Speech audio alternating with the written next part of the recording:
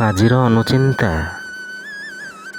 ରାତି ପାହିଗଲା ପରେ ଯେପରି ସକାଳ ଆସେ, ସେପରି ଦୁଃଖ ପରେ ସୁଖ ନିଶ୍ଚିନ୍ତ ଆସେ।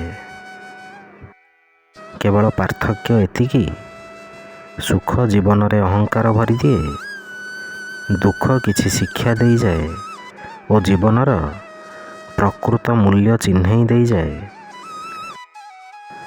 ଯେଉଁମାନେ ଆତ୍ମସମ୍ମାନକୁ ଧନ ରୂପେ ବିବେଚନା କରନ୍ତି, ସେମାନେ ବାସ୍ତବରେ ଚିରଞ୍ଜୀବୀ।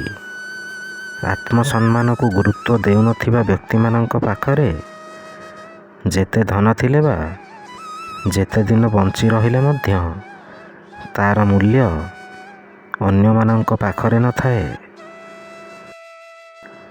ଚେହେରାକୁ ସମସ୍ତେ ସୁନ୍ଦର କରନ୍ତି, ହେଲେ କେହି ହୃଦୟକୁ ସୁନ୍ଦର କରନ୍ତି ନାହିଁ।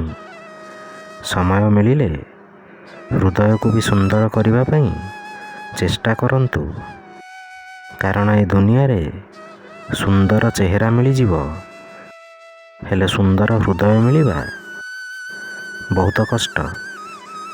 ଜୟ ଜଗନ୍ନାଥ।